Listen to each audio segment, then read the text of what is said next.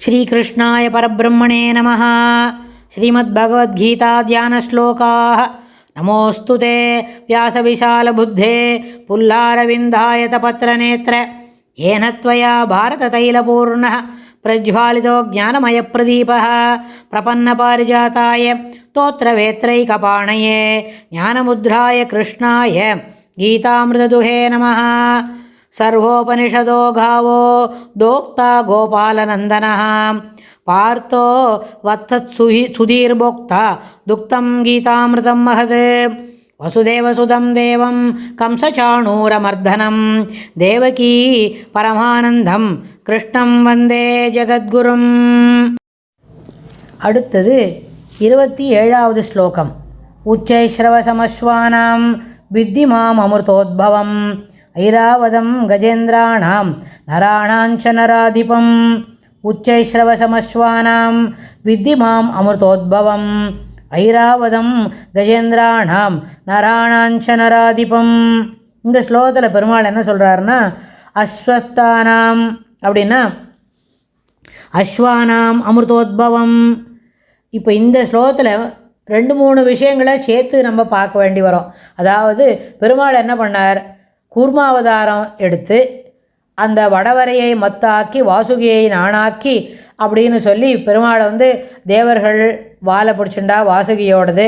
அதுக்கப்புறம் அசுரர்கள்லாம் பாம்போட தலையை பிடிச்சிக்கிண்டு அந்த மேருபதத்தை கவுத்து குறுக்கில் போட்டு அதை மத்தா கடைஞ்சி சமுத்திரத்துலேருந்து பார்க்கடல்லேருந்து கடைஞ்ச போது அதுலேருந்து நிறைய சாமான் வந்தது.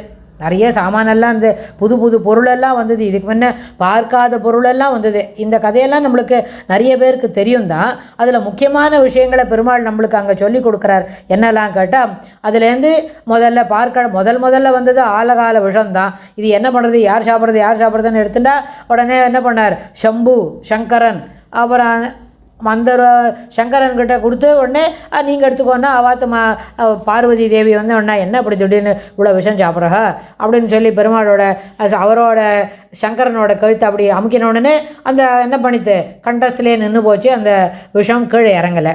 அது முதல்ல ஆலகால விஷம் வந்தது. அப்படியே அப்புறம் ஒன்று ஒன்றா வந்தபொழுது ஐராவதம் கஜேந்திராணாம் அப்படின்னு சொல்கிறார். உச்சைஸ்ரவச அப்படின்னு ஒரு குதிரை வந்தது.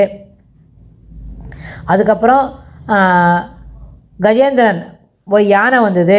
அப்புறம் ஐராவதம்ன்ற ஒரு யானை வந்தது. அப்புறம் எல்லா சாமானும் ஒன்றா வரும்பொழுது அதை ஒருத்தருக்கு பெருமாள் கொடுத்து விடுறார். அப்போ அஸ்வத்தானாம் குதிரைகளுக்குள் அமிர்தோத்பவம் அமுதத்துடன் உதித்த உச்சைஸ்ரவஸ் அப்படின்ற அந்த குதிரையும் அவருக்கு என்ன கொடுத்தார், கஜேந்திராணாம் யானைகளுக்குள் ஐராவதமாகவும் நராணாம் மனிதர்களுக்குள் நராதிபம் அரசனாகவும் என்னை அறிய வேண்டும் அப்படின்னு சொல்கிறார். இந்த இடத்துல அந்த சமுத்திரம் கடையும்போது இதெல்லாம் வந்தது.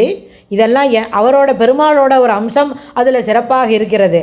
ஐராவதம், உச்சைஸ்ரவசு, அதுக்கப்புறம் என்ன ராஜாவாக வந்த நராதிபம். இது எல்லாத்துலேயும் ராஜாவோட ஒரு அம்சத்தில் பெருமாளோட ஒரு அம்சம் ராஜா கிட்ட இருக்குது. அப்புறம் சிறந்த யானைகள் கஜேந்திரானாம் ஐராவதம், அதாவது ஐராவதம் என்ற யானை அது ஏன் சிறப்புன்னு சொன்னால், அது வெள்ளை கலரில் இருக்கும். அதுக்கு 4 தந்தம் இருக்கும்.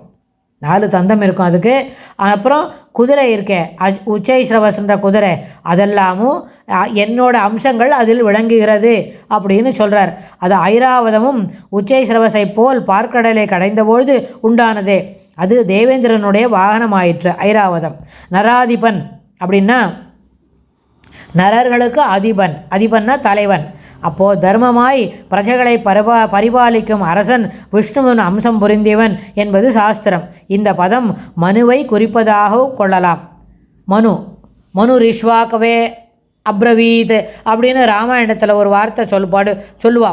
முதல்ல இக்ஷ்வாக்கு தான் என்ன பண்ணார், தேவேந்திரனில் பிரம்மலோகத்துக்கு போய் பெருமாளை இங்கே கூட்டின்னு வந்தார் ரங்கநாதரை. அதுக்கு முன்னே அவர் ஜெகநாதனாக இருந்தவர். அவர் அங்கே வந்த உடனே அது வரைக்கும் நாராயணனாக இருந்தார் அயோத்தியில். அப்புறம் ஸ்ரீரங்கத்துக்கு வந்த பிறகு தான் அவர் ரங்கநாதனாக ஆயிட்டார். அது மாதிரி எப்படின்னு சொன்னால், தர்மமாய் பிரஜைகளை பரிபாலிக்கும் அரசன் விஷ்ணுவின் அம்சம் பொருந்தியவன் என்பது சாஸ்திரம்.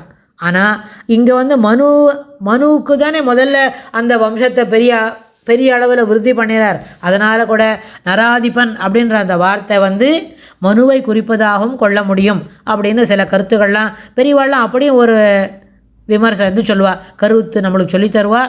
அடுத்த ஸ்லோகத்தில் பெருமாள் தான் இன்னும் எங்கெல்லாம் ஒளிர்ந்து மிளிர்ந்து விளங்குவதை குறிப்பிடுகிறார் என்பதை கேட்டு தெரிஞ்சுக்கலாம்.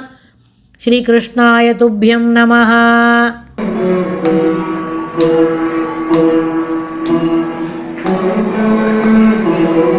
Thank you.